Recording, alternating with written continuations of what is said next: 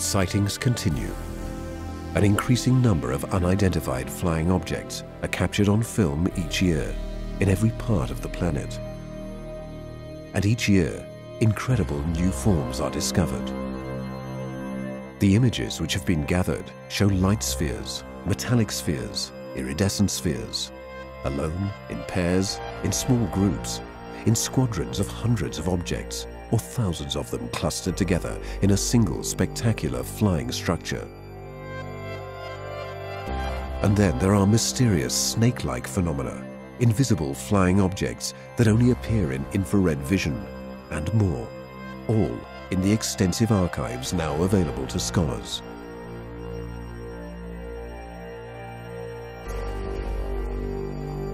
Studies of these extraordinary documents could bring us closer to understanding the enigma of UFOs, one of the most fascinating mysteries of our time.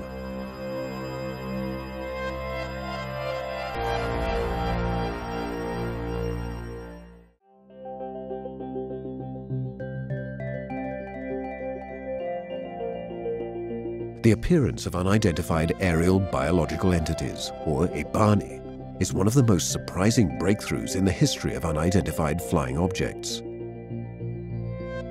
The term EBANI stands for Unidentified Aerial Biological Entity in Spanish, and it was coined by Mexican researcher and journalist Jaime Maussan. One of these entities was captured in a video and photos by Arturo Robles Gila on the morning of the 27th of October 2004. In Gila's opinion, this particular entity constitutes a true breakthrough in UFO apparitions and a new enigmatic puzzle for scholars.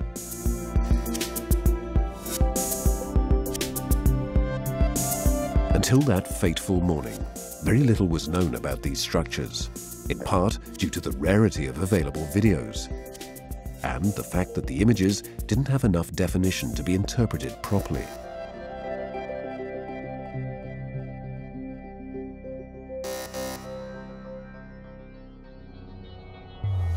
The video, and in particular the extraordinary photos that Arturo Robles Gila managed to take on the 27th of October 2004, clearly show that the EBANI is a structure formed by thousands of clustered spheres.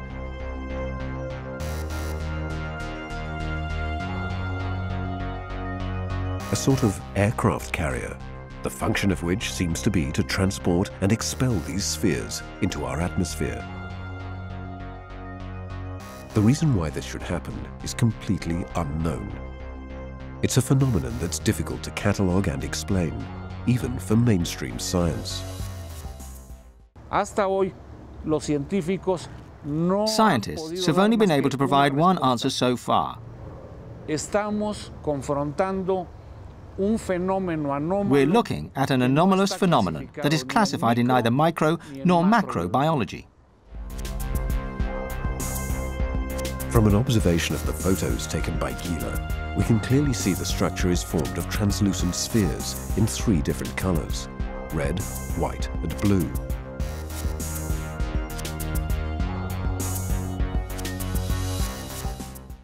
Until that moment, only one video had shown a transparent sphere in flight. It too had been recorded in Mexico by Javier Guevara in 2002. At the time, however, the origin of this new kind of sphere was unknown.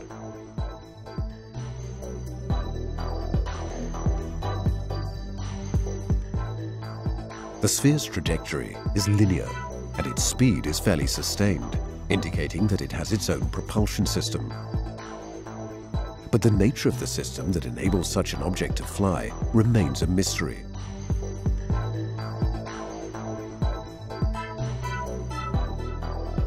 Its transparency and the lack of any visible technological apparatus cannot be compared to any known or imaginable technology.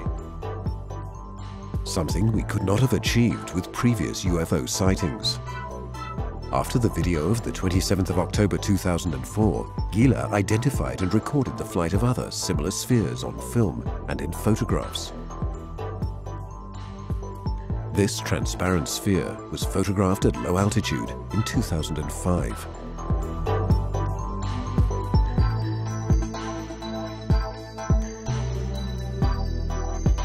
Gila recorded this video while he attended a Mayan ceremony in the area called Cerro de la Estrella, or Star Mountain. This site, in the federal district of the City of Mexico, is believed to be magic and sacred, and many UFOs have been sighted here. Y bueno, pues al llegar inmediatamente, mi cuñada ubicó en una posición cenital a un objeto As soon as we arrived, my sister-in-law noticed a large, translucent object, and I began to film it. We were all quite surprised that it could happen in that place.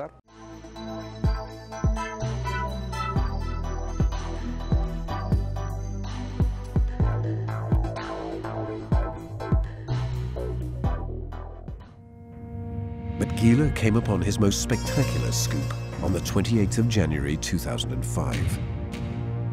His video shows an entire flotilla composed of these iridescent spheres. The spheres dance elegantly in the sky, quite unlike anything that had been filmed up to that time.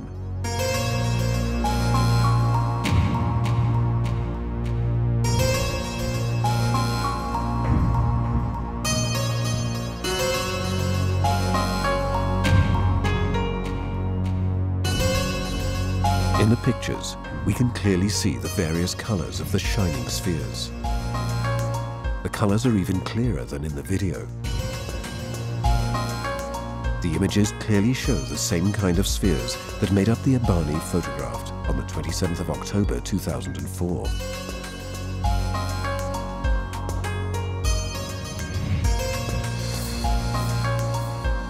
Thus, according to Gila, this video may confirm that the mysterious aerial biological entities would continue to deposit spheres into the skies over Mexico City.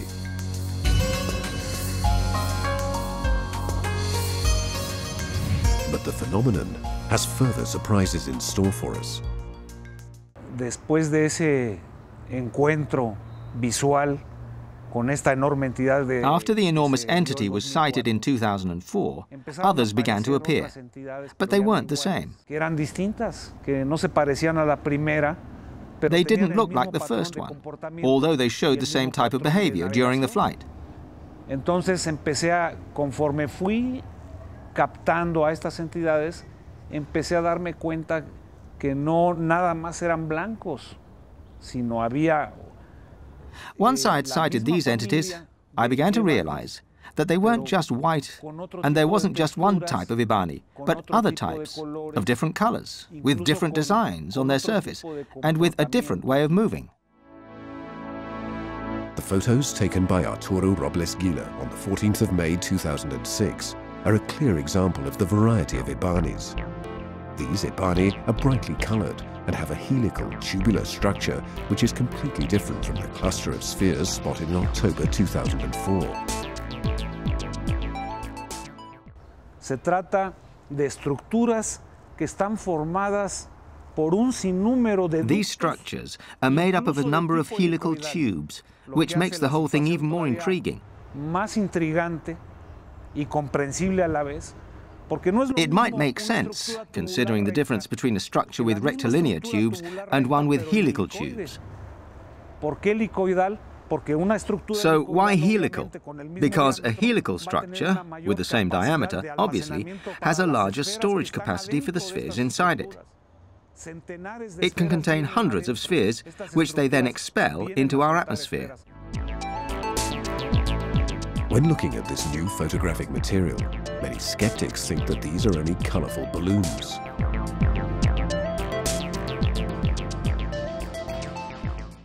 Con respecto a los EBANIs de colores, yo entiendo el escepticismo de las gentes. I can understand the skepticism about the colored EBANI, the people who think that they are structures made of balloons.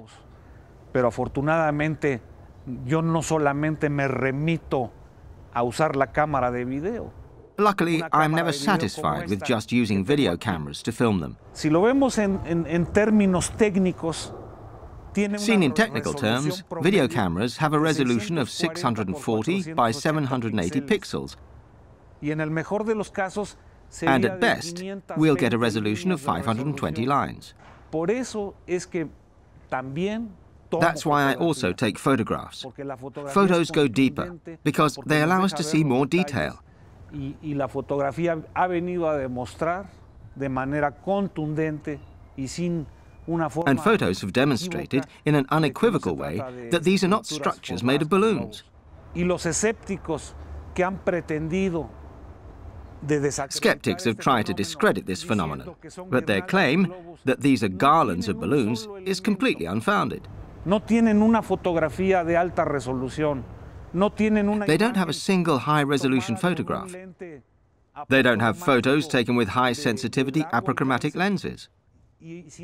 Their claims are based solely on the color of these structures. But Robles Gila isn't the only one to have filmed the EBANI. The phenomenon began to spread, and these entities were sighted and filmed by others too, both in Mexico and in other parts of the world.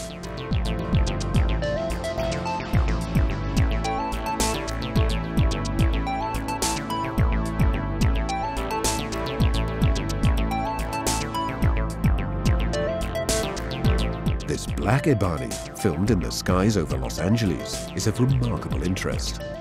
On one of its ends, we can clearly see a blinking light. The mystery surrounding their true nature thus gains a new element, which had been unknown up to this time.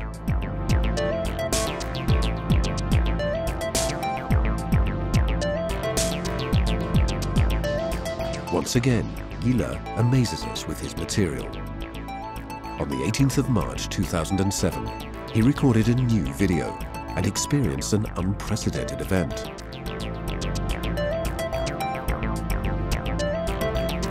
In his video, we get a real impression that the EBANI is a live creature. En esa fecha del 18 de marzo, uno de estos EBANIs se dejó venir para acá, pasando a baja altura. On the 18th of March, an EBANI was moving towards us, flying low. Le pude hacer una grabación a detalle verdaderamente. I filmed the object passing over my head. I was able to film it with truly amazing detail. Esta área tiene dos secciones. This terrace has two levels, and we're on the lower part. Se fue para el Ajusco, para la zona sur. I climbed to the top part because it was going towards the Ajusco area, southwards. And by then I was satisfied with the close-up images I'd got. Subí ya sin cámara, que fue, reconozco que fue una experiencia negativa no haber tenido la cámara. So I went up without my video camera, and I realize now that it was a mistake not to have brought it with me. Once the EBANI arrived, making its usual twisting movements, it suddenly stopped, straightened itself, and flew off at an astonishing speed towards the Santa Fe area, arriving there in just a few seconds. A partir de ahí me quedó muy claro de que lo que pensábamos que meramente eran gusanos voladores son auténticas naves que pueden. From that moment, it was clear to me that this wasn't just some kind of flying snake, but a real aircraft, capable of traveling and moving at incredible speeds, much faster than any commercial or military aircraft. Arturo Robles Gila's story seems to confirm that the EBANIs cannot be a mass formed of mere balloons. The images show an autonomous flight mechanism, an unexplainable propulsion system, as unexplainable as the system that expels its spheres into the atmosphere.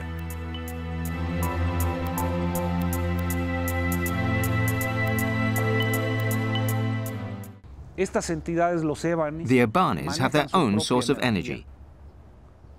En las grabaciones se nota, sobre todo los que son claros, que brillan demasiado, muchísimo, tienen un brillo espectacular.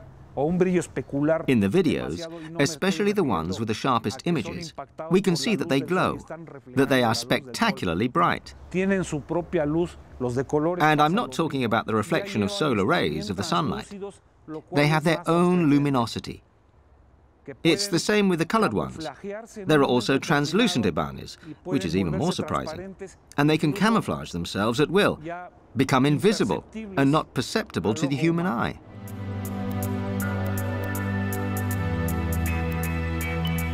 In the video of the 1st of July 2007 too, we get a remarkable sense of the biological nature of the EBANIs.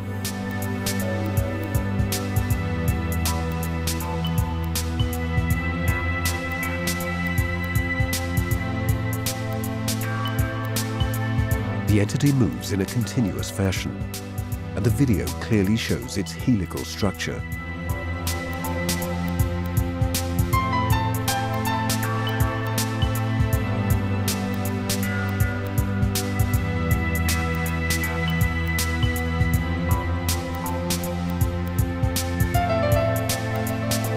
The biological entities also seem to appear in groups.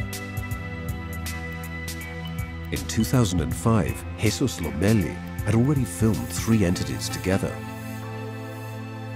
Later, Gila also recorded videos and took photos showing multiple biological entities. But the most striking material, showing an entire flotilla of EBANIs, was recorded by Miguel Angel Chavez in Mexico City. In the videos recorded on the 22nd and 23rd of September 2007, we can clearly see EBANIs of various colors hovering in the sky and moving in their characteristic way.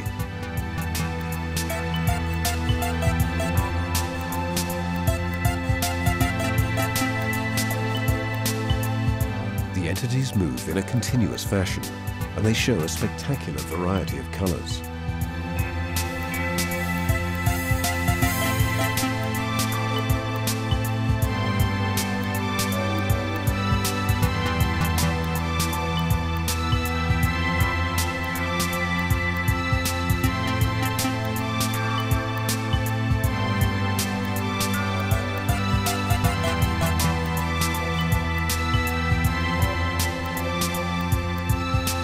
What should we make of this phenomenon? What might we feel when observing it in person? La presencia de los EBANIs, sobre todo la incidencia tan grande que hay aquí en la Ciudad de México. The presence of EBANIs, the density of their numbers, especially here in Mexico City, has increased substantially in the last 10 years. No se ha visto en ningún momento que haya habido alguna abducción, que haya habido algún ataque. And yet, we haven't seen a single abduction or attack. Nothing of the sort has happened. Nos vienen a ayudar. I believe that these presences come to help us. This is my understanding, my feeling about the EBANIs. Coquis es un EBANI. Está escupiendo esferas.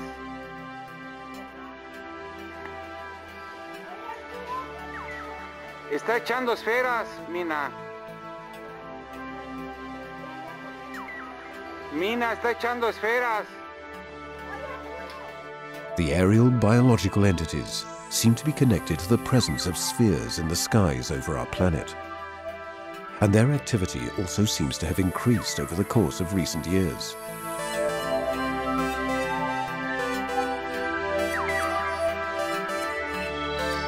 Alone, in pairs, or in flotillas of varying number, they're being increasingly captured on film.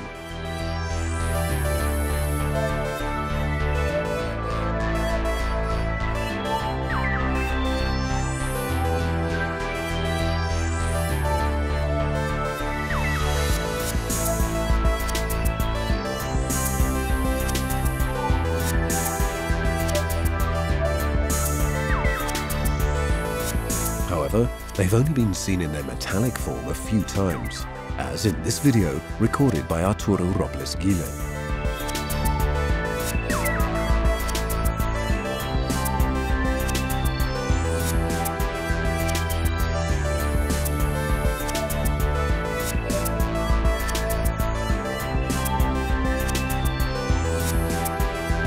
At the same time, videos of flotillas formed of metal spheres are rarer than those formed of light spheres.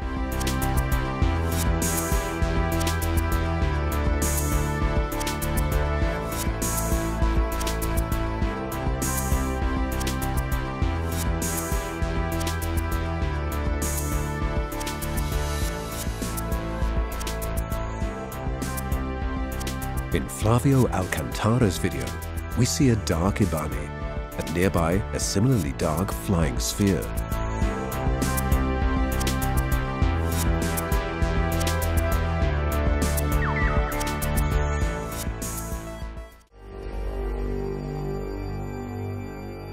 The connection between EBANI and spheres has rarely been revealed so clearly as in the sighting by Arturo Robles Gile. of the 27th of October 2004. But there are other images in which the two phenomena appear together. In the first video, we see the EBANI looking like it's closed in on itself, moving independently of the spheres surrounding it. In this case too, this autonomous movement confirms that these are not balls or balloons.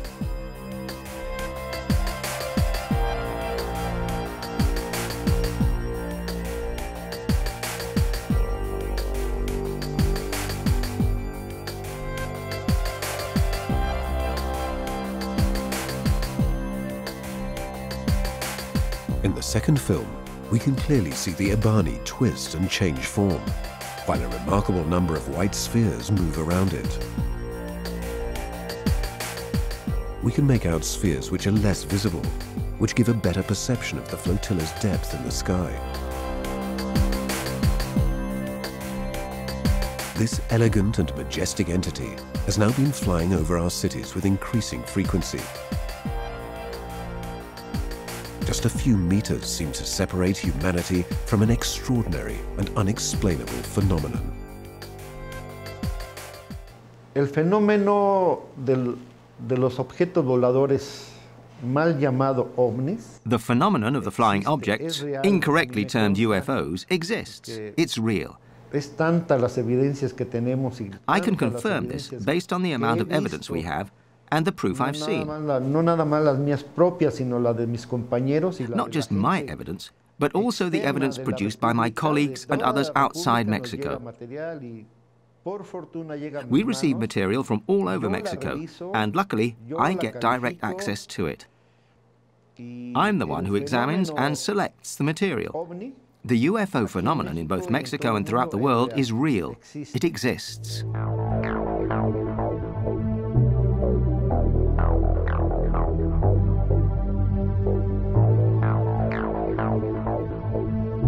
Demetrio Feria's statements are supported by the incredible number of videos he has recorded up to the present, and by the incredible technological abilities that the flying objects seem to possess.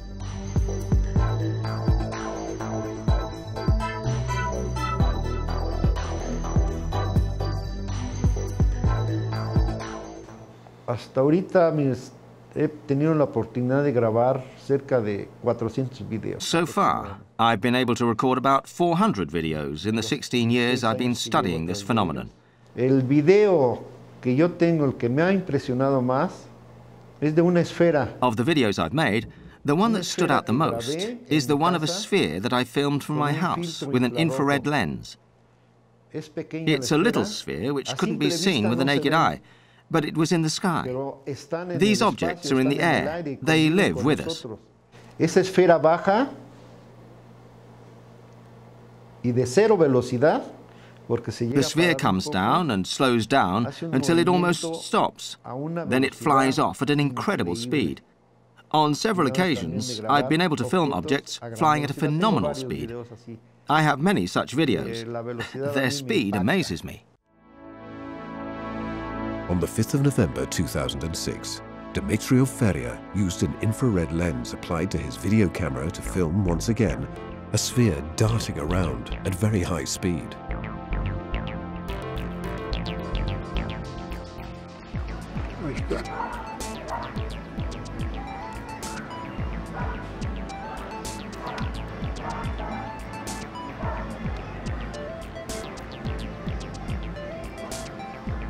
Cámara estable.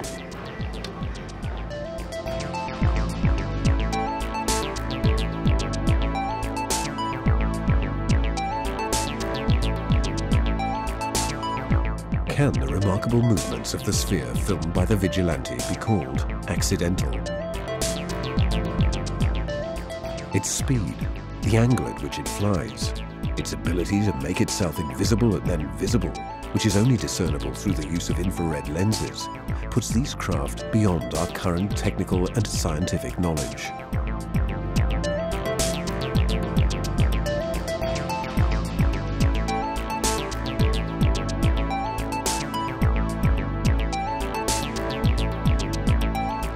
The extraordinary claims thus far presented seem to suggest that the UFO phenomenon could truly be the product of intelligent beings seeking contact.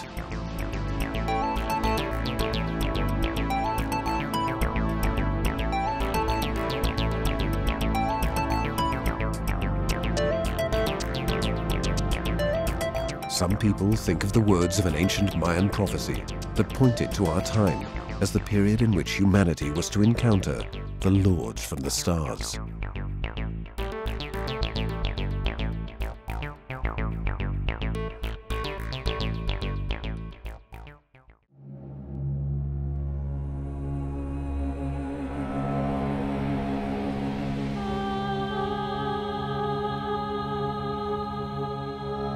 And according to some, the video of 7 light spheres forming a perfect cross, recorded by Steve Burns on the 14th of August 2005 in the skies above Florida, may be a message to be deciphered.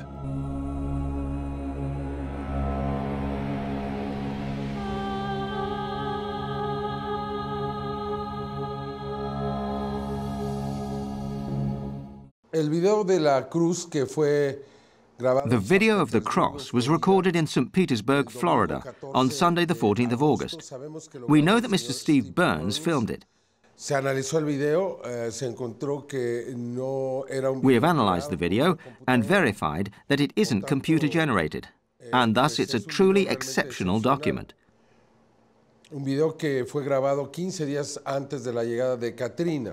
The video was made 15 days before the arrival of Hurricane Katrina. It appears to announce the beginning of a final process that could come to an end in the next few years. We're seeing great changes on Earth, such as changes in climate. We're facing seriously dangerous situations. Global warming and continually increasing solar activity are factors that could cause huge changes in the next few years. I think it's a kind of warning, an indication of what might come to pass. That's why I see this as a very important sign, a very important video.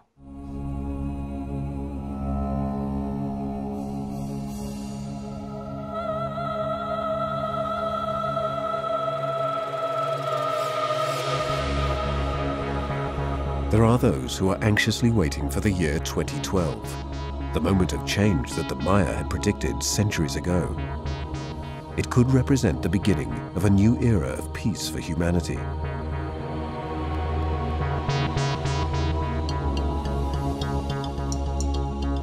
Io direi che I segni ci sono.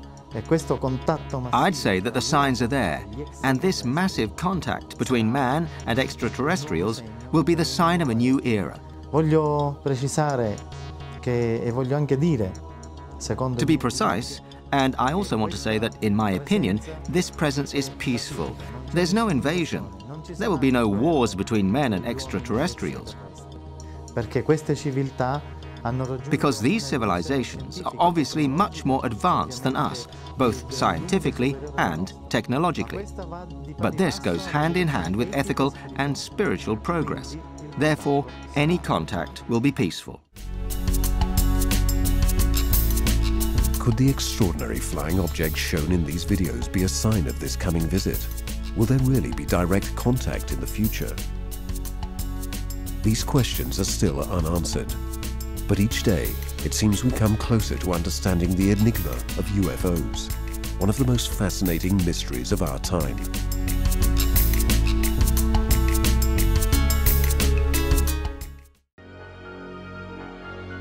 After the wave of sightings in the 90s, from 2000 onwards, the activity of the mysterious flying spheres has continued. Witnesses with cameras and video cameras have continued to record them. Are they extraterrestrial probes? Are we close to contact? An answer could come from the study of the material available to us. An answer that could change our vision of the cosmos and of ourselves. The flying spheres, an enigma that leads us into the future. The photographic and filmed evidence on the spheres shows that they can operate in any environment. The documentation from 2000 onwards provides further undeniable evidence. Often, the spheres are seen close to aircraft routes.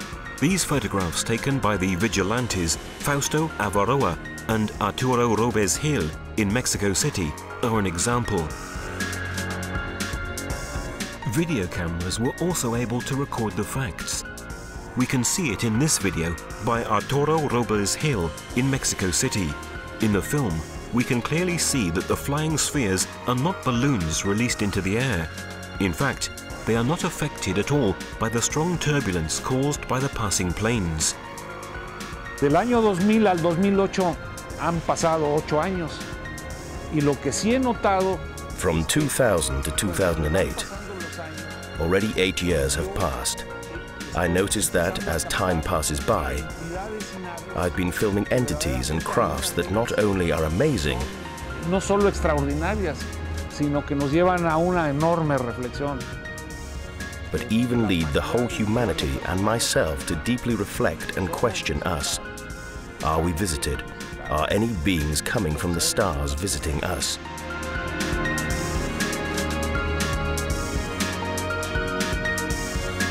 The deliberate movement of these spherical flying objects is clear from these extraordinary images. We can see a metallic sphere slow down and almost stop to let a plane that was crossing its route pass by.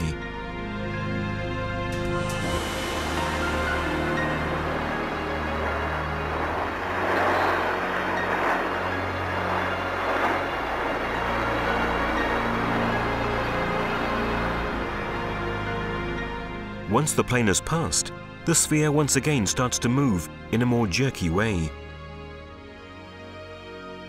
These continual changes in speed almost seem to be a demonstration for the benefit of Gil's camera. In this other video by Arturo Robles Gil, we can see another example of the incredible technical skill of the spheres.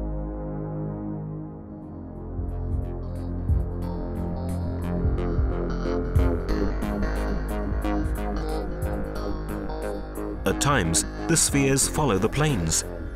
The dynamics of the film seem to indicate that the people on board don't realize what is happening.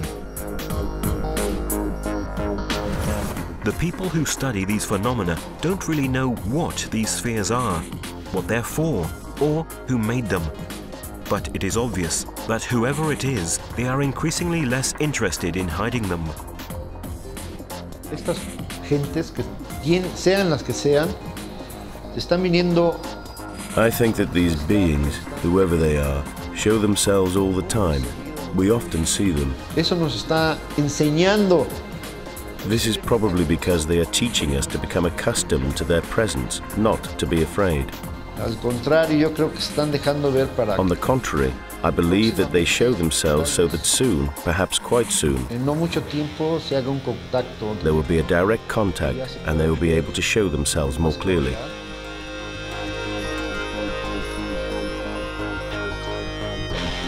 As we can see from the images, at times the objects are bright and luminous, at other times they are metallic and opaque. This is clear evidence of their multiform nature, the manifestation of a technology that is still beyond our understanding.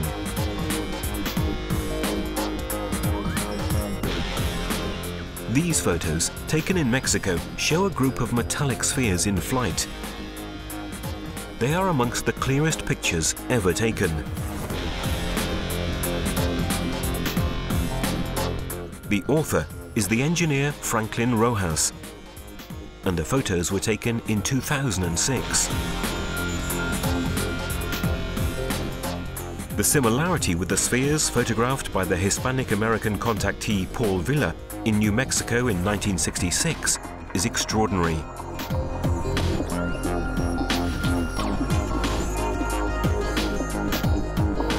Curiously, exactly 40 years have passed between the two series of photos. The movement of this sphere is another clear example of the ease with which they maneuver in flight. It's difficult to say that the object is a balloon. The difference in the movement is obvious. Its flight is controlled and not caused by the wind.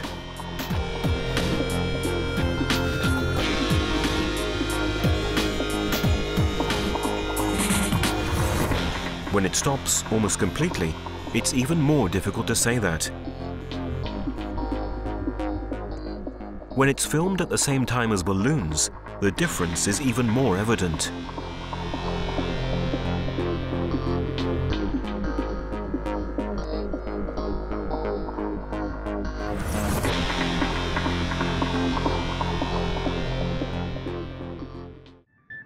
Salvador Guerrero has been a vigilante for many years, and he is the author of numerous very important films, which are now part of the history of the UFO phenomenon. Why do I enjoy it? Not because I want to be the best, but one of the many people who have proof of the UFO phenomenon, who are waiting for the UFO to show themselves. There are people who film birds, who film hurricanes, and people who film UFO, unidentified objects. Often the spheres appear in formations, sometimes numerous, and it was Salvador Guerrero who filmed this document, 6 spheres in a J shape flying over Mexico City. When I come across these objects, it is very exciting for me to be able to film them. Not only to talk about them, but to be able to record them on video using modern technology.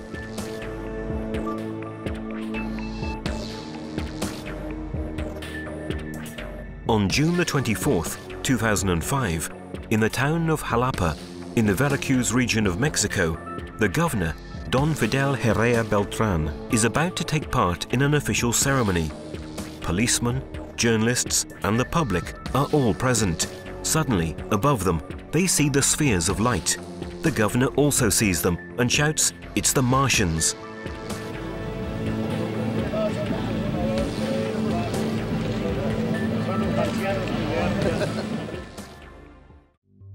Certainly, amongst the phenomena linked to the spheres, one of the most spectacular is the flotillas. The films by Arturo Robles Gil are undeniable evidence.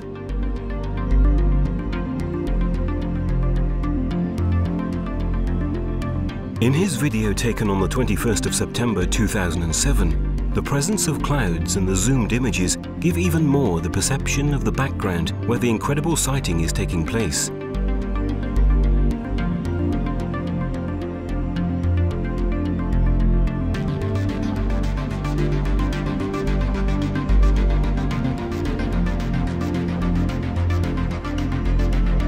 The formations continue to appear. There are more and more of them, and they are increasingly frequent. Hill carries on filming in a punctual and constant way, thus proving that the phenomenon is continuous.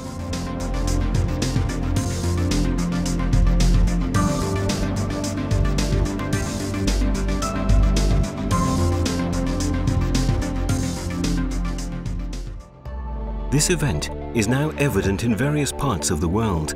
Italy is also overflown by these fascinating squadrons of flying spheres. One of the most prolific authors of films is the Tuscan Antonio Urzi, who from a young age seemed to be under the attention of these mysterious means of non-terrestrial aviation. Urzi has shot many films of flying saucers, but his exceptional video repertoire also contains spheres and flotillas.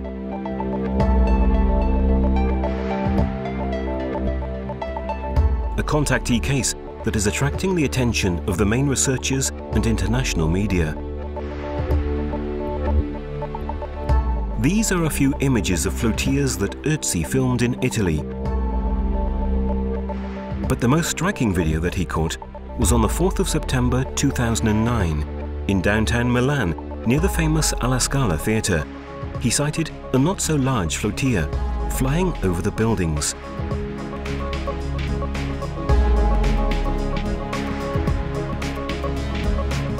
Despite many people passing by, no one really looked up or stopped by to see what was happening. Fortunately, after a few minutes, a cameraman of Rai region Lombardy passed by. Antonio managed to grab his attention, so the exceptional event was also filmed by the professional camera of the Rai operator. C'è la flotilla, filmo con la telecamera. Corri, vieni qua, ci sono tutte le sfere come in Messico. Vai laggiù sul punto là. Corri.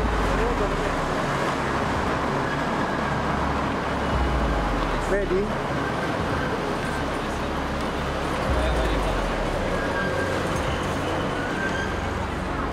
Ce la fai vedere?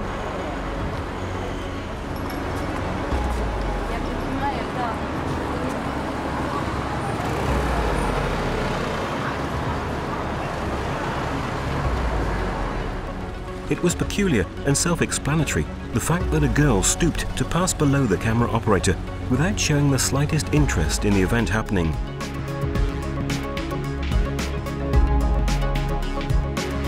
Antonio eventually also shot the street where the event occurred. The contactees have often said that the flying spheres are remote-controlled survey probes that also have controls and monitoring equipment for flying saucers. El fenómeno de las esferas es The phenomenon of spheres is strictly connected with the unidentified flying objects. Tenemos videos, incluso en Italia, Antonio Ursi. In Italy, Antonio Ursi filmed unidentified flying objects, Donde pueden ver esferas. In which we can see spheres alongside these spaceships. In the film that Ursi took on December 3rd, 2008, at a certain point, we can clearly see these spheres alongside what is obviously a flying saucer. It's a dark color, which makes us think it must be metallic. It's not the first time that Ursi has recorded this phenomenon. In June 2004, he filmed a sphere near a silvery disc. Ursi has also filmed single flying spheres. In February 2009, Ursi went to Nevada, to the town of Laughlin, as guest of an international UFO congress.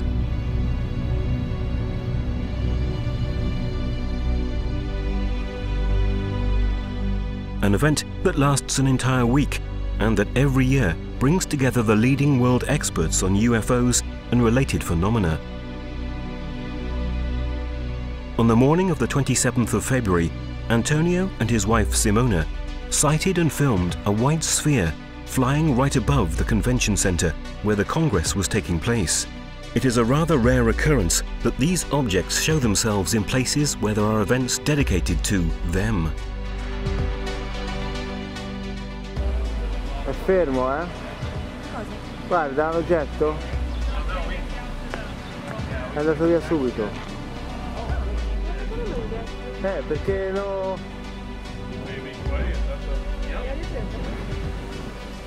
Sì. But Ursi's contact experience is so exceptional that the happening took place again a few months later. In June 2009, in fact, Antonio was in Istanbul, Turkey, again as guest of an international UFO congress. During the event, he sighted a large sphere of light and started filming. His cries attracted many people from the audience that were listening to the speakers of the congress. Thus, dozens of people witnessed Ursi's sighting. This fact had such a large impact that it attracted the attention of Turkish media, who made many reports of the event.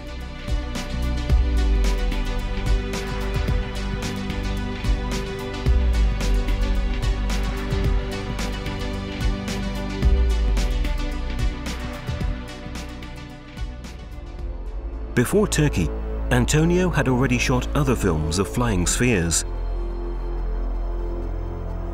This video was taken on May the 24th, 2009. The sphere is flying over the blocks of flats in Cinisello, Balsamo.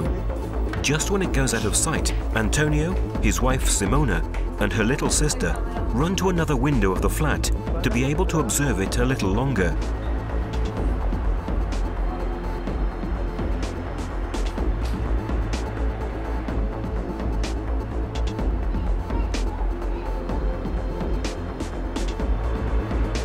Questo è bello, eh?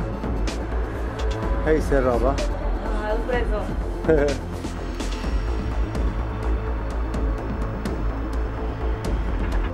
Ursi follows the sphere until it disappears into the distance.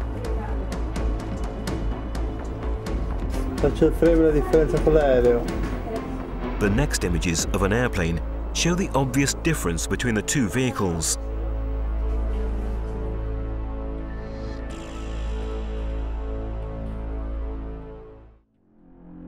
In July 2009, Ötzi was in Argentina for a series of conferences. During a visit to Capilla del Monte, an area where UFOs are often seen, he filmed this sphere with unusual characteristics. È una palla grandissima, bella. Guarda. Ah, ce l'ho visto.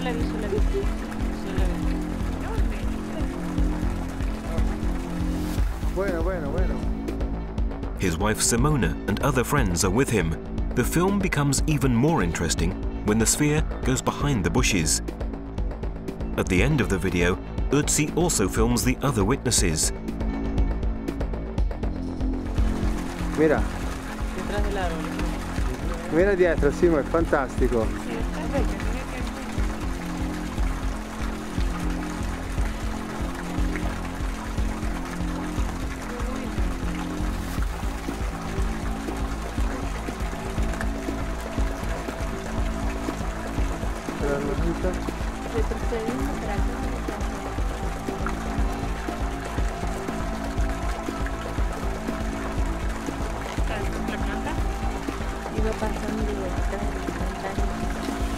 È muy linda, È una palla grossa, enorme, Fermi. Los testigos.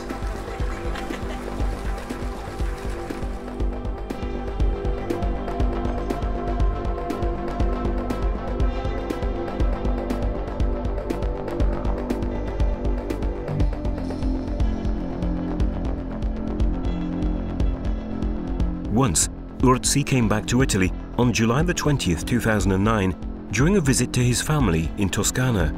He films again a flying sphere overflying the skies.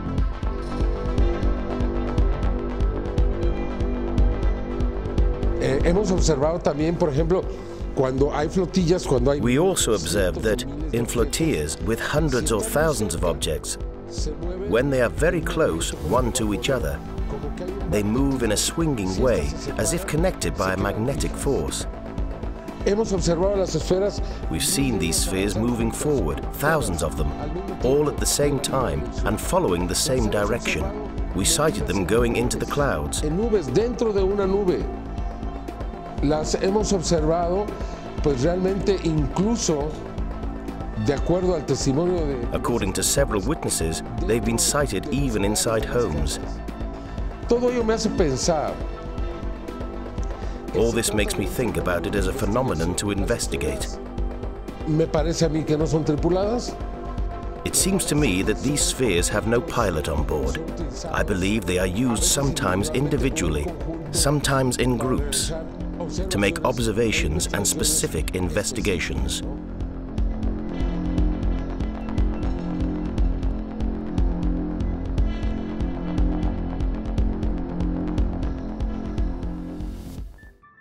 The appearance of the EBANIs, which is the Spanish acronym of Unidentified Aerial Biological Entities, the incredible snake-like flying objects, has complicated the incredible phenomenon of flying spheres even further. The first sightings date from the 90s. Since the year 2000, they have continued to appear, giving the scholars a really difficult problem to solve and, above all, to accept. In fact, the phenomenon is completely beyond our recognized parameters for aircraft technology. With the EBANIs, the boundaries between biological nature and technological nature seem to blend. Tiene un comportamiento como el de un ser vivo. Which is to say that it behaves as if it were a living being. Se mueven de manera orgánica. These EBANIs move as if they were enormous worms in an organic way. There are some really exceptional films of these objects.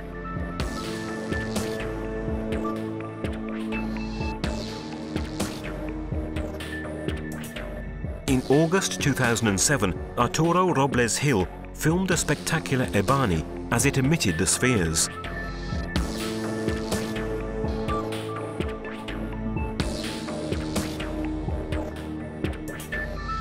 As the object moves into the clouds, we can see how high it is, and consequently, just how huge it is.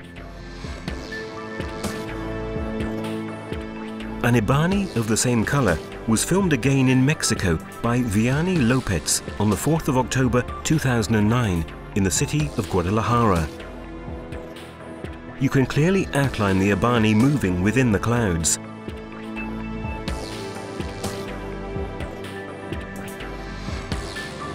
Hill 2 has filmed these serpent-shaped objects literally entering inside the clouds.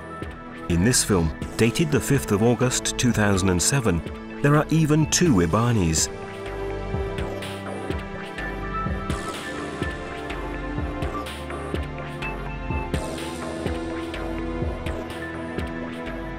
Once again, on November the 17th, 2008, Hill filmed another EBANI emitting spheres. This time, the apparatus is an irregular shape, and it clearly shows the polyhedric and multiform nature of these flying biological entities. These films suggest that the EBANIs are a sort of aircraft carrier that transports the spheres.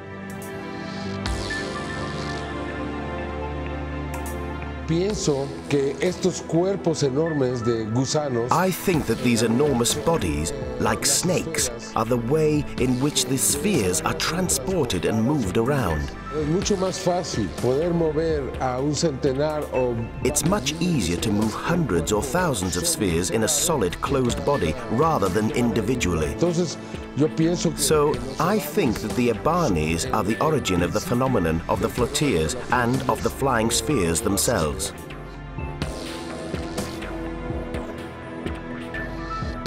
Often, the EBANIs are accompanied by just one sphere, that the researchers call the sentry. En diferentes ocasiones han sido grabadas juntas.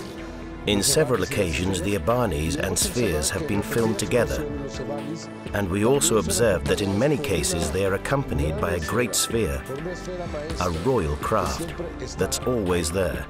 I don't know why, but we can see it in many videos.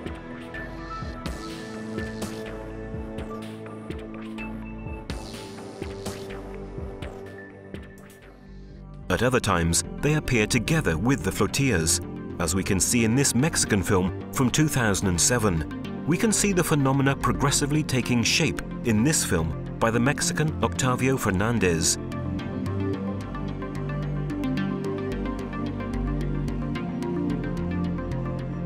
Octavio also filmed these EBANIs in various colors.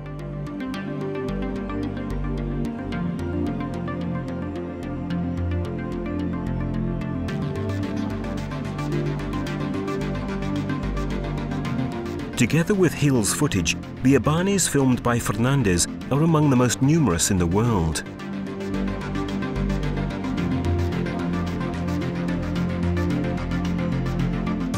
At times, the EBANIs, like the spheres, cross the routes of aircraft.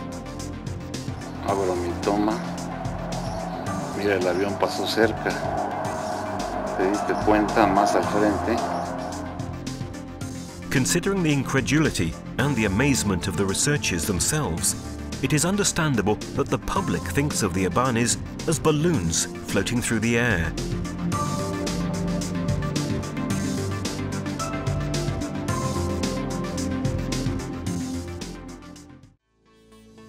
Everything we've seen about the flying spheres already seems complex and incredible, but in May 2009, the Mexican skywatcher Alfredo Carrillo filmed a phenomenon that has never been seen before.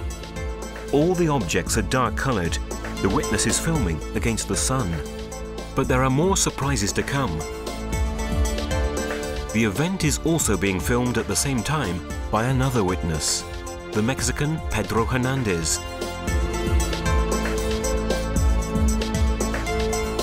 Initially, Hernandez, just when he's filming an aircraft flying past, sees the same flying object that Carrillo has filmed, but with the sunlight at his back. So the objects are illuminated, and the video gives a better image of the spheres than we've ever seen before.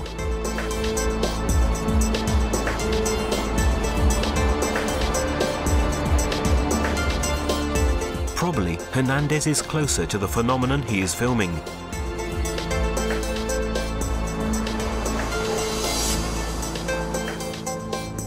The object starts to slow its spinning motion, and then the incredible scene continues.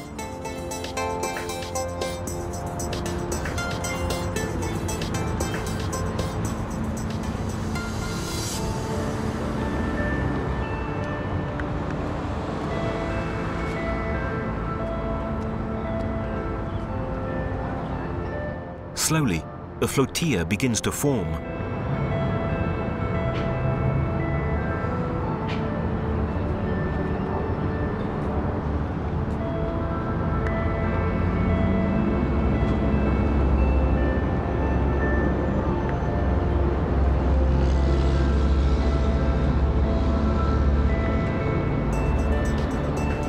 When the film ends, Hernandez comments on the incredible scene he's just witnessed.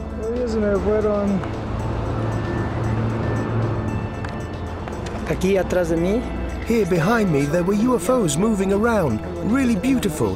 They were yellow, they were really beautiful, and they were here, just behind me. Comparing the two videos of Carrillo and Hernandez, we can clearly see that it really is the same phenomenon.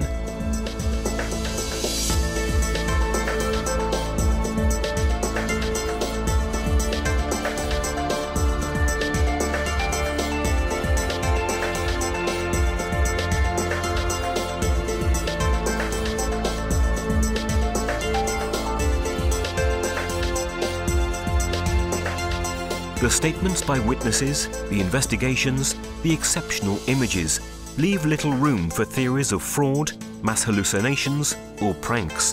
It is really difficult to think that the spheres are not real or the result of intelligent life.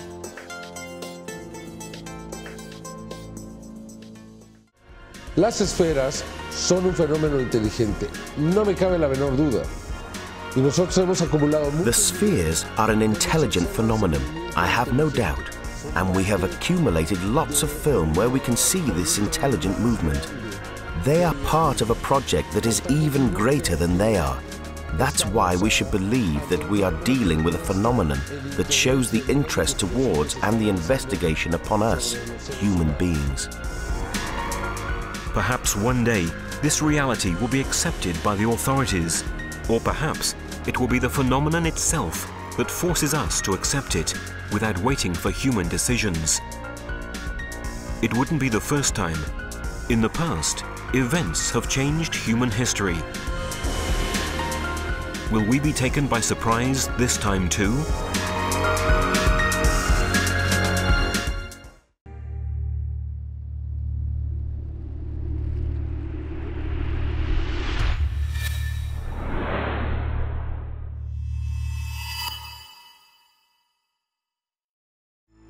In South England, for a few decades, an incredible phenomenon has been taking place, fascinating and unsettling at the same time: the crop circles. The message transmitted by these fascinating figures could have a great value for humanity. What if it were a new attempt at communication? Such a theory is definitely revolutionary, but there are strong obstacles deriving from the skepticism that circulates around the crop circles phenomenon. Most people are convinced that the pictograms are man-made, a trick organized by groups of jokers. This is the case. Never mind if enormous figures and extremely complex drawings appear overnight. So far, the large amount of data and information gathered and documented brought no results. However, in 2007, something incredible and totally unexpected happened. An event that shook the scientific approach to the phenomenon, strongly rebounding the theory that it is not a human work, but rather a form of communication made by a non-terrestrial intelligence. Is it possible that an alien civilization is trying to talk to us?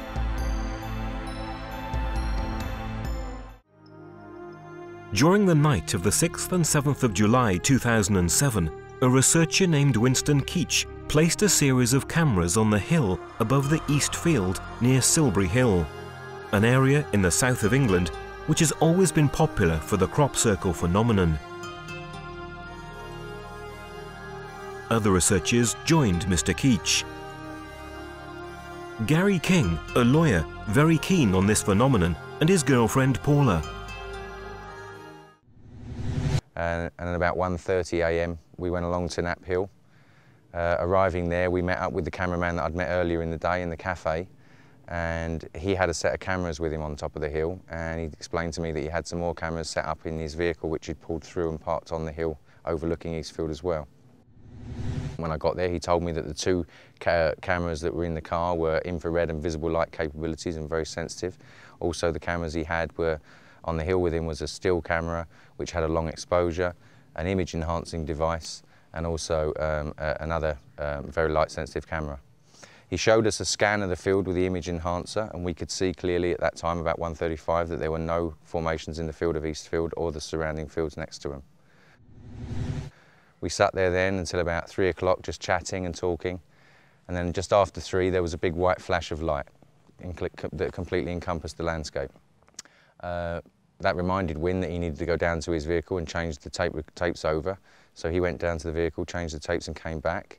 And we sat there then just talking for about 20 minutes further, and then just as some light creeped in, just as some clouds must have moved away, there was a very imperceptible shadow that we could see on Eastfield. So I asked Wynne to look through his camera on the hill. He opened the viewfinder and looked through it and then said to us, "You better get up and look at this." And it was at that point, which was about 3:45 in the morning, that we discovered there was a very significant formation in Eastfield. He carried on filming. We waited for the light to come up some more, took pictures and danced around. We were very elated, and we waited until the light came up a little more, and then Paula and I drove down to the end of the field while Wynne continued filming, and he filmed us as being the first persons that walked into the formation at about 4:30. On later analysis of the footage that was taken in the car, there were two cameras running constantly all night from about 11 o'clock until 5 o'clock.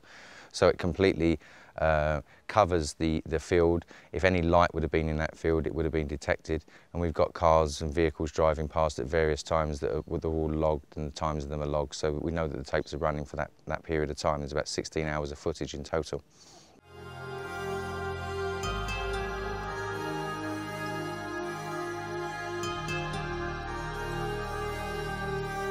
Some circles in the formation follow the uneven terrain and are deformed in order to appear perfectly round from above. A further evidence that indicates the inexplicable nature of crop circles.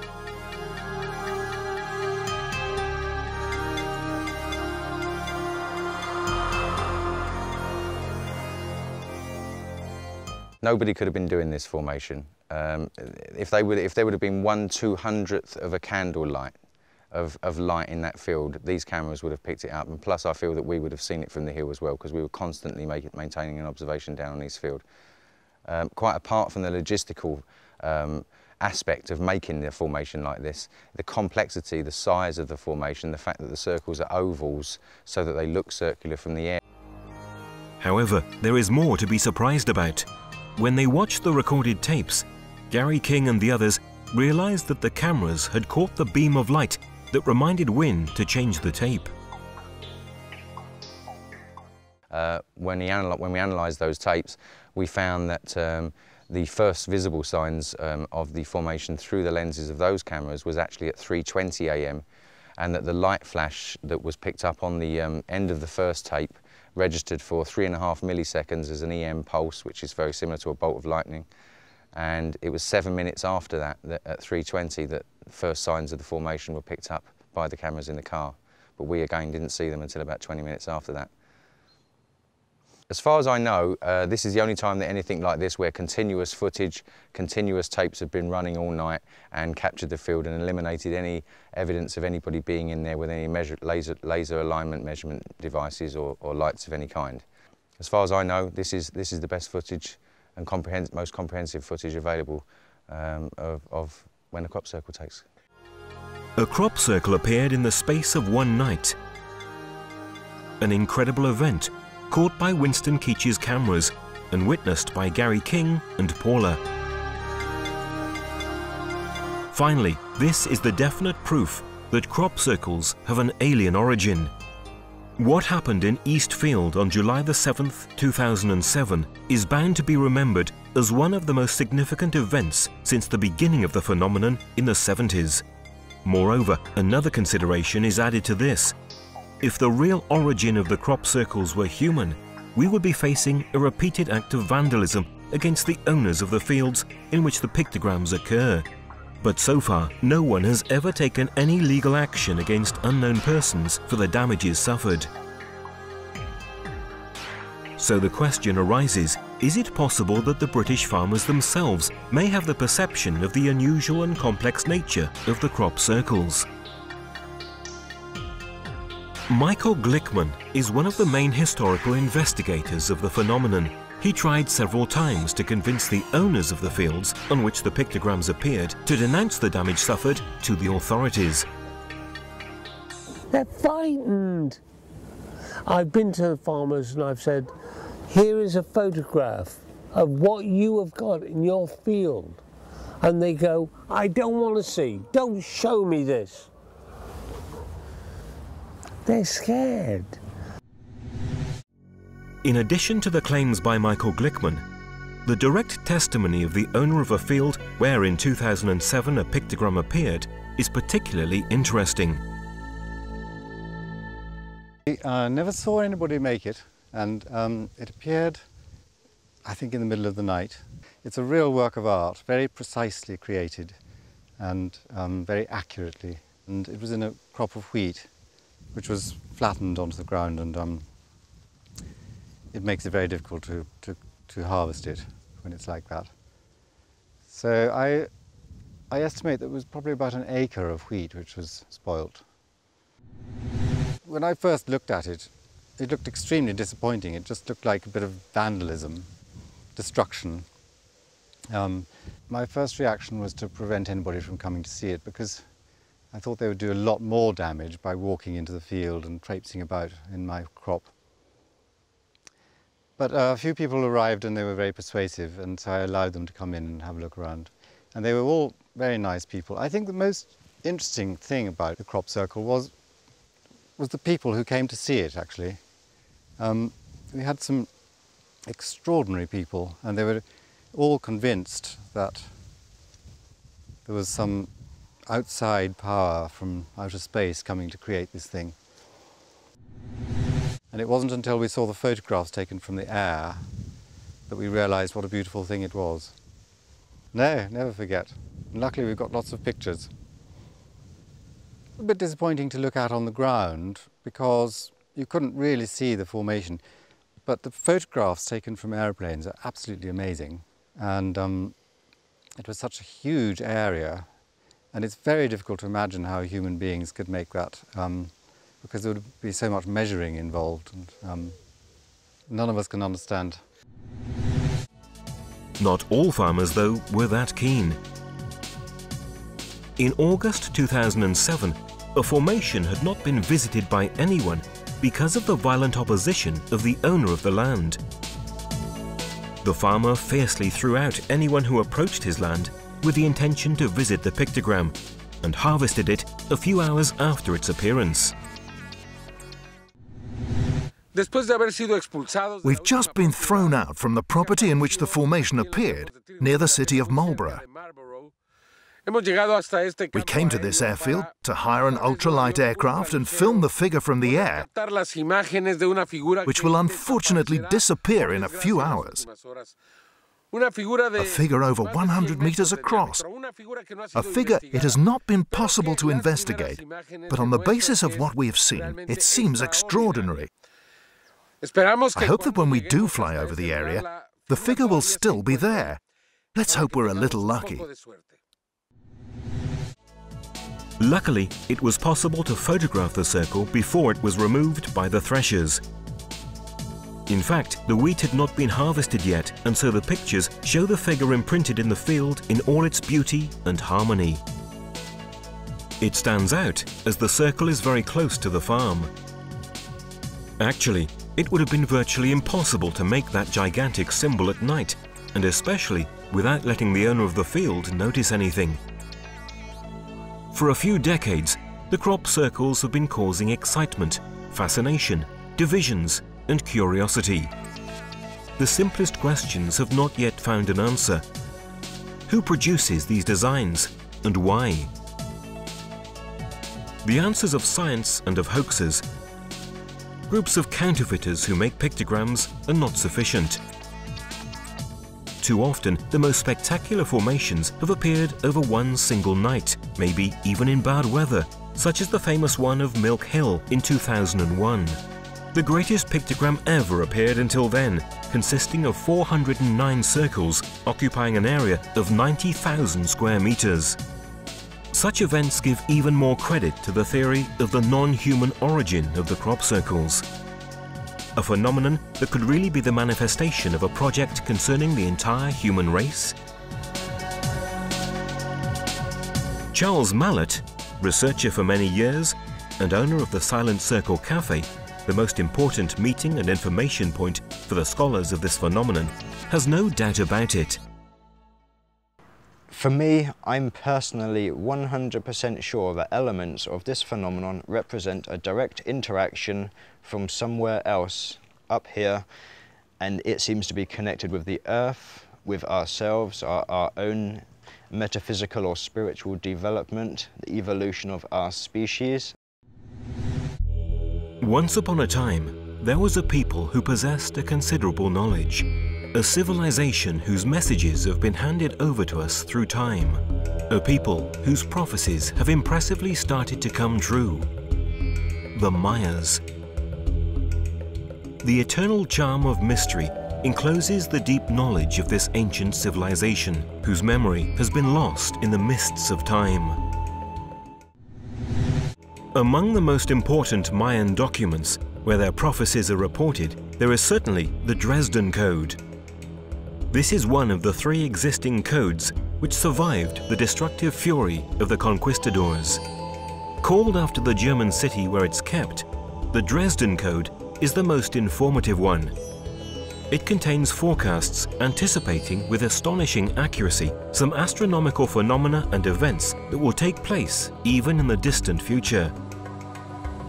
In this code is held one of the most impressive astronomical predictions of the Maya. In fact, they predicted centuries in advance, with an error of just a few seconds, the eclipse of the 11th of August 1991, one of the most spectacular of the last century that took place in Mexico. This eclipse is associated with a figure that represents death, sitting on a throne of bones. It symbolizes the old age, the era that is ending. The prediction or prophecy says, "Woe to you people of the earth, the end of the Jaguar nights will come, together with the beginning of a new era that will rise from the ashes of the previous one. It will be the time of the encounter with the lords of the stars." Therefore, the eclipse is considered by the Mayas as the starting point of the process bringing the end of the old era and the encounter with the masters from the stars. Could it mean the contact between humanity and an alien civilization coming from the cosmos? Will it be through this contact that mankind will live the new golden age anticipated by the Mayas? On the 11th of August 1991, a disc-shaped unidentified object was sighted in the skies over Mexico City. It was the beginning of a long series of sightings by witnesses of an unprecedented wave of UFOs along the whole Mexican territory. Afterwards, incredible waves also occurred in other parts of the world. Like Belgium and ex-USSR countries, increasing the general attention on the UFO phenomenon like never before. And what about the crop circles? Remarkably, since that year, the circles started appearing with greater frequency, and the figures became more complex and fascinating. It was as if both phenomena obey the same command, as if they were part of the same project. Almost using the same language of the Mayan prophecy contained in the Dresden Code, the Lords of the Circles put a signature on the English fields by using a symbol that belongs to the Sumerian civilization. It is called Din Jir and appeared in 1992. incorporated into a pictogram representing the solar logos, which also means union of heaven and earth. The symbol Din-Jir means the just people traveling on celestial ships of fire. Who are the just people, and what about the celestial ships of fire? Is it a coincidence that the Din-Jir appears together with another symbol that indicates link, union between heaven and earth?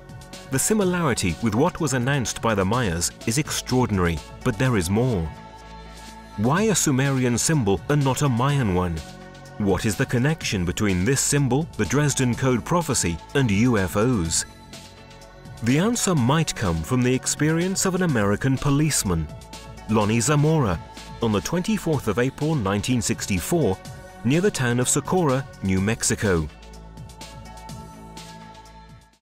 In 1964, New Mexico, the policeman Lonnie Zamora witnessed the landing of an object of unknown nature.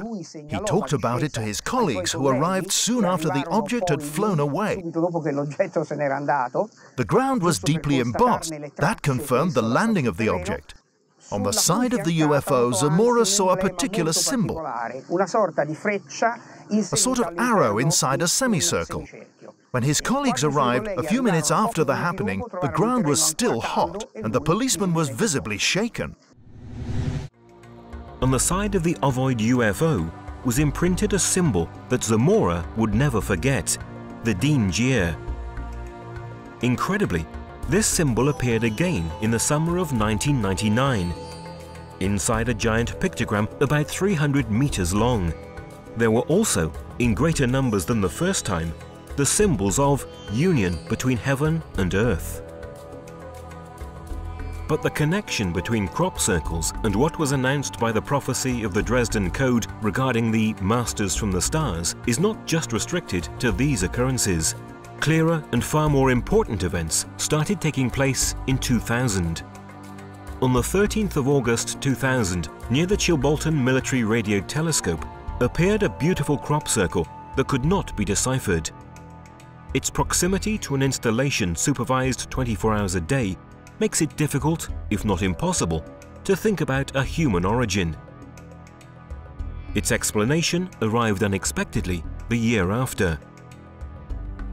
In fact, in the same field, on August 14th, 2001, a new pictogram appeared. This time, however, it was not the usual symbol. This is in fact a face with clear humanoid features, designed with the same technique used for the old black and white photos of newspapers. A set of points where the difference of width and distance between them creates the image. A technique never seen before in crop circles. By applying a graphic filter on the photo, more details become clear. If we apply a Gaussian filter 6.6 pixels wide, you see how light and shadow are outlined, proving that that being was alive when the picture was shot, or when they impressed this image into the wheat field. Just 5 days later, on August the 19th, a few dozen meters away from the alien face, an even more shocking figure appeared. It seemed the reply to the binary code message transmitted by the Arecibo radio telescope in 1974. It was right in that year, in fact, that Frank Drake, scientist and director of Arecibo at the time, together with the famous astronomer Carl Sagan, tried to communicate with a group of stars identified as M13. It sent out a message of introduction of mankind to a hypothetical alien civilization, indicating data on our numerical system, on the basic atoms of terrestrial life, on the structure of human DNA, and of our solar system with the Earth's relative position. They also included data relative to the Arecibo radio telescope. According to calculations, the message should have taken 25,000 years to reach its destination, and the same again to receive a reply. A really long time, let alone the fact that no one could tell whether that group of stars really hosted a supposed alien civilization. These circumstances make even more startling the appearance of the Chilbolton pictogram. Is it possible that someone received our message and replied to it? much earlier than expected? We have the same numerical system with 0 and 1. Therefore, the answers are universal. The basic atoms of life are the same, but in their body there is also silicon. Then, where the chemistry of DNA is mentioned, we also notice the fact that all the components of our DNA are clearly identical to theirs. This shows that we come from the same universal principle. When they mention their genome, they tell us that they have 1,048,000 sequences more than us. This means that they are much more evolved than us, which is normal. Since they have been able to achieve such a development, to prepare a similar message, they ought to have a greater evolution. Then they provide other details, telling us that they live in 2 planets and 4 moons, namely in 6 different worlds. And finally, they refer to the instrument used to send out this message. Surprisingly, we found that the figure representing this device appeared 1 year before in the same place. Thus, they notified that in the same place they would have given a new message. The way in which these beings speak to us needs to be carefully interpreted. The elements involved in the Chilbolton pictograms are astonishing. Is this really the reply of an alien civilization? Is it fake or real? The Mayan Dresden Code announces that, starting from the 1991 eclipse, it has begun a process that will lead humanity to the encounter with the Lords of the Stars. Are these events part of it? 1 year after the Arecibo reply, exactly on the 15th of August 2002, in the fields of Crabwood Farm, west of Winchester, there appeared an even more amazing crop circle. It depicts an alien who holds a CD on which is carved a binary code message. This is the ASCII programming language for computers. Some researchers have decoded it. This figure tells us several things, very interesting indeed. It tells us, beware the bearers of false gifts and their broken promises. Yo no sé si esto se dirige hacia lo que significa. I don't know if this is related to what is, meaning global warming, or to wrong messages that they have given us, or if, on the other hand, it is directly related to the beginning of the war in Iraq, given that this warning, this message, appeared in August 2002. Then, in the same message, it says, much pain but still time. Again, we can attribute this to both issues, either what was happening on Earth or the Iraqi war. Then it goes on to say, believe there is good out there, which is the most important phrase, because it tells us that God exists, it tells us that the good, the upright exist, that they are our friends. I reckon it is an optimistic message for that reason. And finally it tells us, the message is closing. We don't know if this means that the communication would end there. I definitely hope not. The so-called alien face from Crabwood Farm has raised much controversy about its authenticity. Yet, after many years, nobody has shown it to be a fake, and no one has claimed its creation. The complexity of its realization, simulating the structure of a television frame, the three-dimensional effect of the figure, the difficulty of achieving the binary code in a spiral, as in real compact discs, are all elements that make the hoax theory very unlikely. There is also another important element emerging from the encoding of the message. Some statements remind us of the Mayan prophecies. The phrase, "there is good out there," confirms the very Mayan concept of a universe governed by firm laws of harmony. Much pain but still time seems to emphasize what was predicted by the prophecies on the years preceding the date of 2012. Finally, the conduit is closing seems a direct reference to the end of the cycle on the 21st of December 2012. Is it possible that the Mayas held knowledge coming from an alien civilization? This theory is definitely fascinating, and the data collected seem to corroborate it. Data supported by the extraordinary increase of unidentified flying object sightings all over the world. It is getting harder to deny the anomalous nature of this phenomenon. The message is definitely important for the future of humanity. In such difficult times of our history, it could be a means to help us in overcoming hardship. Will mankind appreciate its worth?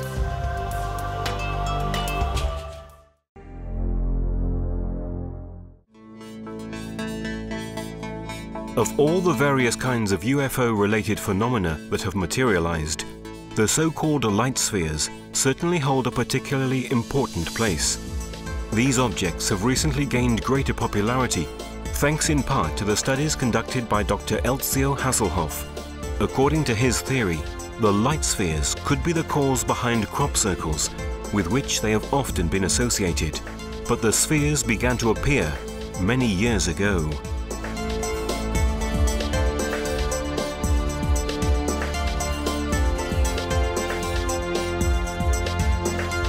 During the Second World War, airplane pilots on both sides of the war reported on several occasions that they were flanked by mysterious light spheres during their missions. These spheres could execute maneuvers that would have been impossible for the pilots' airplanes. Their many attempts to outstrip the spheres and avoid pursuit were unsuccessful, and in fact, the spheres often seemed to anticipate the maneuvers of even the most experienced pilots. They appeared in all areas involved in the war, from Europe to the Far East, and it was soon clear that they were not secret enemy weapons. They were given the name Foo Fighters, from a corruption of the French word feu.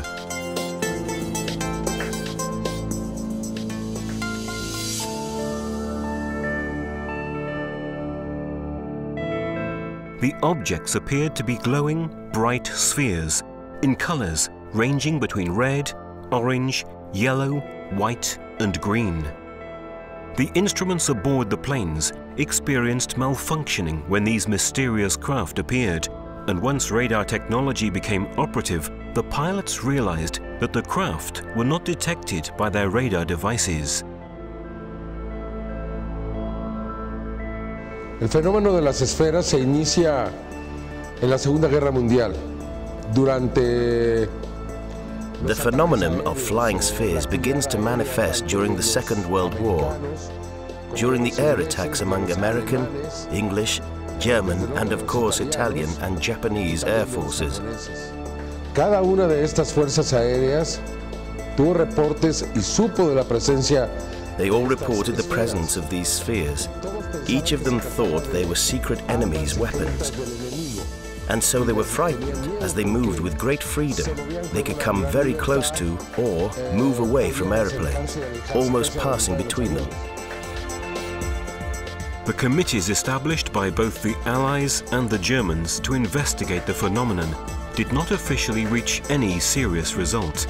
Initially, the pilots and their superiors were bewildered and understandably afraid that the spheres were secret enemy weapons. They later became accustomed to this presence, considering it innocuous. According to the pilot's statements, the objects were filmed on several occasions, but the films have since been kept in secret military archives. Footage filmed by random witnesses began to appear in the 1950s. These films showed the objects both alone and in groups, and what we see in the images confirms the statements made by the military pilots. In this film, we see that the cameraman has located a sphere hovering in the sky and an airplane flying nearby. Amongst the first to suggest that these craft may be extraterrestrial was the Polish-American George Adamski, the first and most famous of the contactees. That is, human beings who come into repeated contact with beings presumed to have come from other worlds. Adamski declared that these flying objects were remote-controlled surveying probes that extraplanetary spaceships had launched into Earth's orbit for study purposes. Their shape could be spherical or disc-like, and their size could vary from just a few centimeters to several meters in diameter. He filmed a number of them in flight. Over the course of the years, further films added to the wealth of footage showing these mysterious craft, giving a sense of continuity to their mysterious presence and origins. This film was recorded in January 1976 over Wiltshire during an experimental Concorde flight. It was filmed by British Airways staff working on another plane. The maneuvers that the white sphere executes are perfect examples of what the military pilots had described during the Second World War. The object flies beside the Concorde, glides along its windows, and then, suddenly, darts upward at top speed. In recent years, these probes have come ever closer to cities, at times flying literally right above the rooftops, sometimes even closer to our streets. Amongst the most significant material in which these probes appear is this video, recorded in the Capo Redondo area of São Paulo, Brazil, on January 2nd, 1998. This video is all the more interesting because the object was sighted very close to an inhabited area. The object, which measures approximately 20 centimeters, made no noise and was found about 200 meters from the young man who witnessed it, Alan Bruno de Oliveira. A remarkable number of witnesses saw the apparatus undergo transformations. This was made possible by its proximity to the witnesses, as well as the duration of the sighting. Over the course of half an hour, the probe completed several transformations above the houses of Capo Redondo. The movements that the little craft made suggest that a form of intelligence is driving it, halting sharply, and suddenly changing direction and speed. It seems to have its own propulsion mechanism.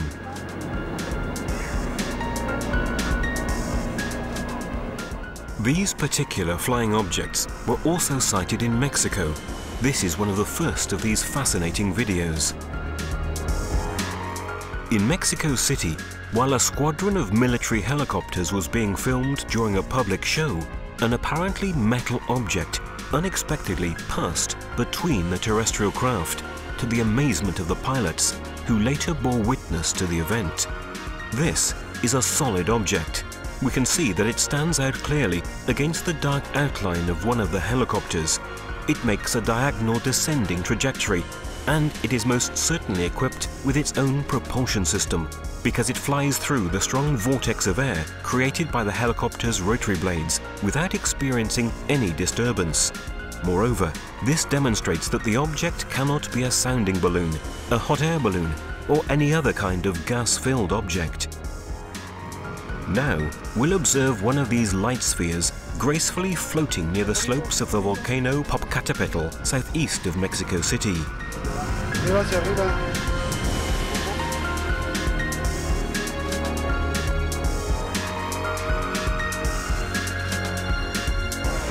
This document shows another one of these spheres flying at a very low altitude above the Mexican city of Guadalajara.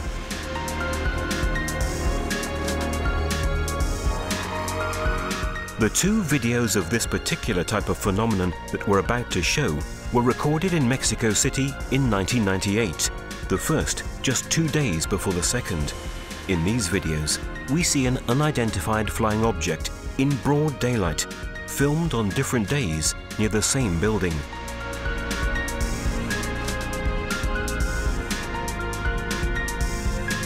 In the first video, the object hovers by the side of the building. When the witness zooms in, we can clearly see the remarkable brightness of the rosy color that the sphere emanates.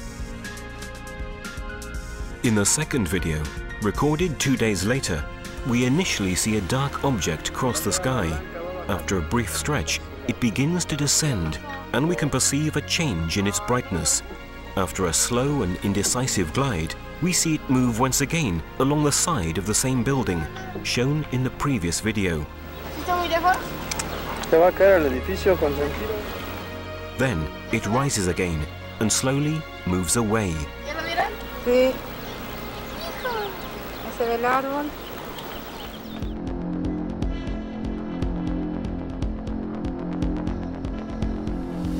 Of the cases of UFO contact that have come to light in recent years, one of the most interesting from a photographic perspective is the case involving Raul Dominguez of Mexico.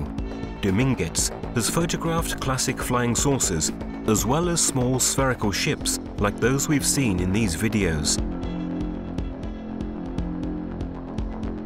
The objects seem to be made of metal. Dominguez reported that he watched the objects suddenly become transparent when an airplane approached them, only to return to a metallic state when the earthly craft moved away. One of the first films to show the spheres in a group was made in the United States during the 1950s. The phenomenon reappeared in Mexico in the 1990s and in a rather widespread manner. The large number of objects shown in these videos caused quite a stir. This video was recorded in Mexico City on October the 27th, 1992 by Ulysses Trujillo. These formations seem to represent the constellations. In Mexico, they were dubbed flotillas.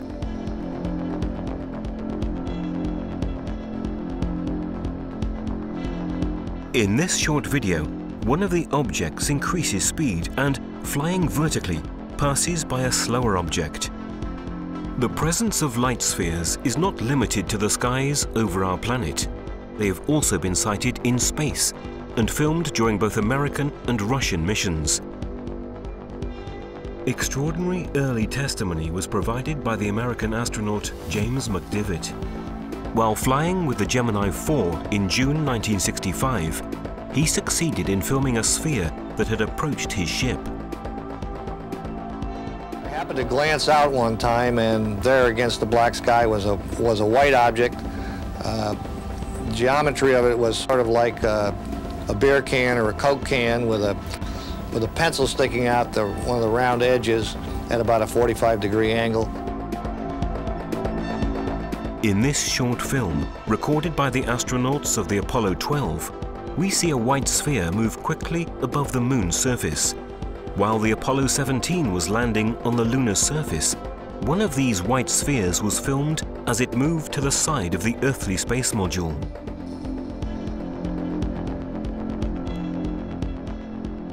During mission STS-51A of the American shuttle Discovery in November 1984, an apparently metal object entered into the video camera's field of vision, making a quick maneuver to the right and then disappearing again. When watching the scene again, we can see how the light and shadows change as the object moves, in correspondence with the overall light and shadows in the scene.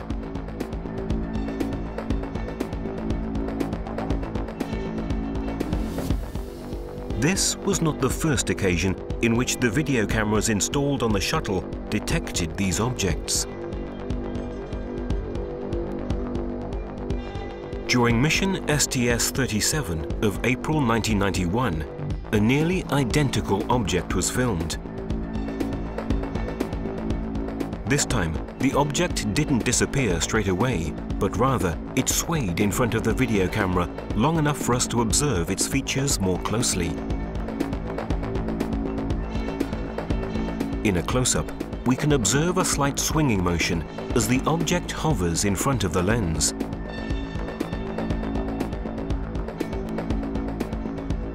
We can also evaluate how its shadow changes as it moves, indicating that the object is three-dimensional. The next video is even more extraordinary. It was recorded in August 1991 by a Japanese colleague who accompanied Russian astronauts Volkov and Krikalev on their mission. Initially, the images show the shuttle bringing supplies to the Mir space station. Then, the video camera catches a glowing object that stands out clearly against the dark space outside.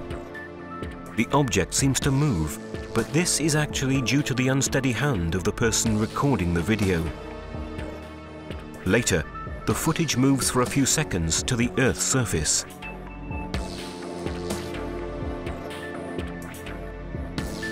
When the camera returns to the glowing object filmed previously, we see that its distance from the planet has decreased, and it is quickly approaching our atmosphere.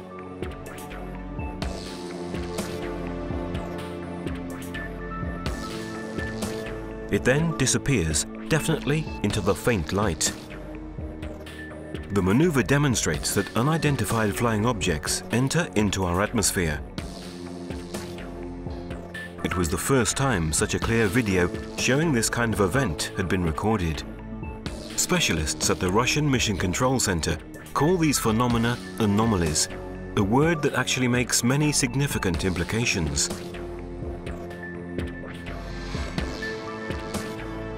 In this extraordinary footage, we find ourselves inside Moscow's Mission Control Center. We can see the Russian space station projected on the giant screen. The video camera filming it is on the American space shuttle Discovery, and it's filming the moment of separation from the Mir, which holds the astronauts Vladimir Solovyov and Nikolai Budarin. The large map shows the orbital route followed by the space station, which was near the coasts of South America at the time. At one point, the person filming in the control center turns the video camera toward the large screen to film a scene that seems truly unbelievable. We see a glowing, pulsing sphere coming from the lower right, fly sideways along the side of the orbit station, and immediately afterward, another sphere moves downward on the right-hand side of the screen. Then, on the right-hand side again, two further spheres appear, one above and one below, slowly moving across the field of vision. In the top left light panel, we can read the date and time, 18th of November 1995, at about 12:22. Finally, yet another spherical object appears from above, flying not far above the space station. The Russian Space Agency can give no real explanation regarding the nature of these spheres, which, as we've noted, they very concisely call anomalies.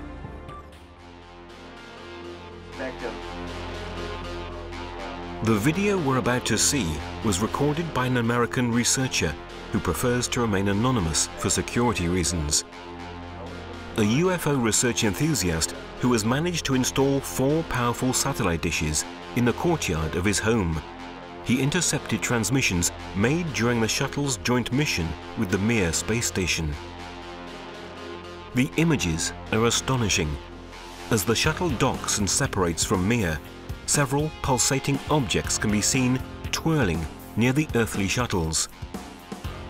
The maneuvers that many of these objects make suggest that they are vehicles equipped with an autonomous propulsion system, and that they cannot be man-made satellites, meteors, space debris, ice fragments, or anything of the kind.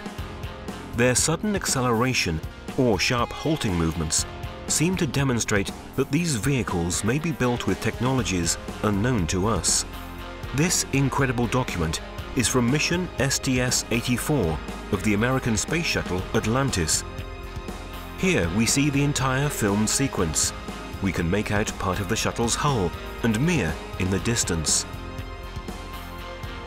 As the video camera reduces the field of vision, we note a group of objects moving away from the Russian station. As the camera continues to zoom in, 2 further objects appear, making a diagonal trajectory from the lower right to upper left. The larger object comes rather close to Mir. Then, another sphere emerges on the right, following the same trajectory of the previous ones.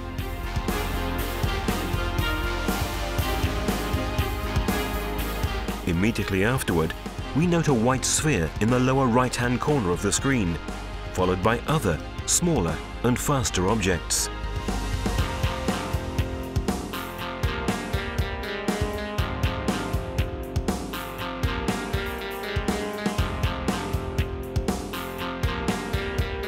When this first group is about to move off screen, the shuttle's video camera moves downward, filming another group of objects that have moved toward Mir in the meantime.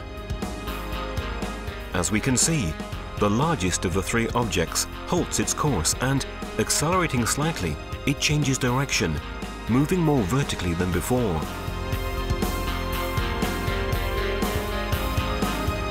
Finally, a new, glowing, pulsing sphere arrives from below. As soon as it enters the field of vision, it changes direction and speeds up. Immediately afterward, this craft is followed by a smaller object.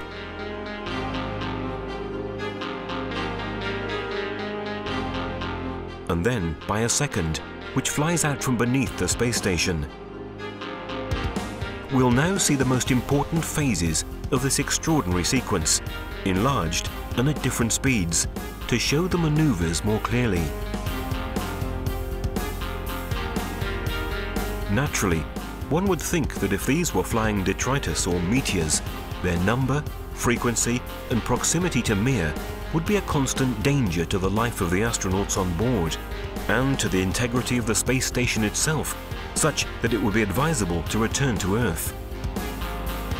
If this didn't happen, it may mean that many of the objects we've just seen are of an entirely different nature. According to the most recent scientific research, there is a direct link between light spheres and crop circles. In addition to statements made by various witnesses, there are videos in which we see these little white spheres floating above the fields where these fascinating designs have appeared. Of all the documents showing these objects, the one that has caused the most sensation is the video in which we can see spheres flying over a wheat field. In just a few seconds, a design looking like a snowflake appears in the field. The video was recorded at 5 o'clock in the morning on August the 11th, 1996 by John Wabley, an English crop circle enthusiast near Oliver Castle in England.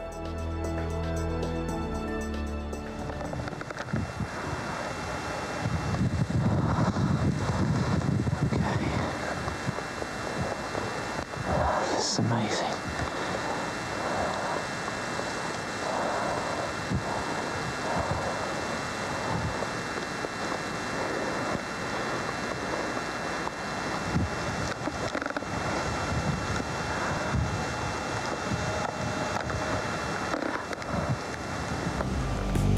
There has been much controversy regarding the authenticity of this video, but careful analysis conducted by the American investigator Jim Diletoso, an expert in computerized video analysis, found no trace of falsification. The key thing is that if the Oliver's Castle image was made digitally, that word digital says it went into a computer. In the vertical interval signal of the copy that we have, there is no evidence that it was ever digital format. So point of the story is I find no evidence of a hoax in the Oliver's Castle crop circle formation, and I find enough unique and interesting things to think that it very well could be real and should be studied further. Other researchers have denied the authenticity of the video, but so far, no one has been able to provide valid evidence to support this argument. Furthermore, the design appearing in the video was real, and it had the features of true crop circles. However, according to the famous English crop circle scholar, engineer Colin Andrews, some doubts have been raised due to the strange behavior of the person responsible for the video. So I am, unfortunately, as a researcher, not qualified in that field, simply to accept that Jim believes it, and others, it to be technically real, authentic, and yet the groundwork into the individual concerned is highly questionable. Other than I am so sorry not to be able to totally embrace it. In any case, while waiting for a definitive verdict, the video gives us a visual idea of what happens in these cases, corresponding to the statements made by numerous reliable witnesses who have seen such a phenomenon take place. Strange story. People tell about balls of light, whatever they are, flying around in crop circles, flying over the fields and sometimes even creating crop circles. Regardless of whether the video is authentic or a fake, one thing is certain: it illustrates what many people have observed throughout the world. The videos we've seen so far show an astonishing reality unknown to most. These documents have emerged thanks to the investigations conducted by researcher Giorgio Bongiovanni. I've been able to collect these videos and testimonies thanks to the cooperative relationship I've established with some of the leading ufological researchers and investigators throughout the world.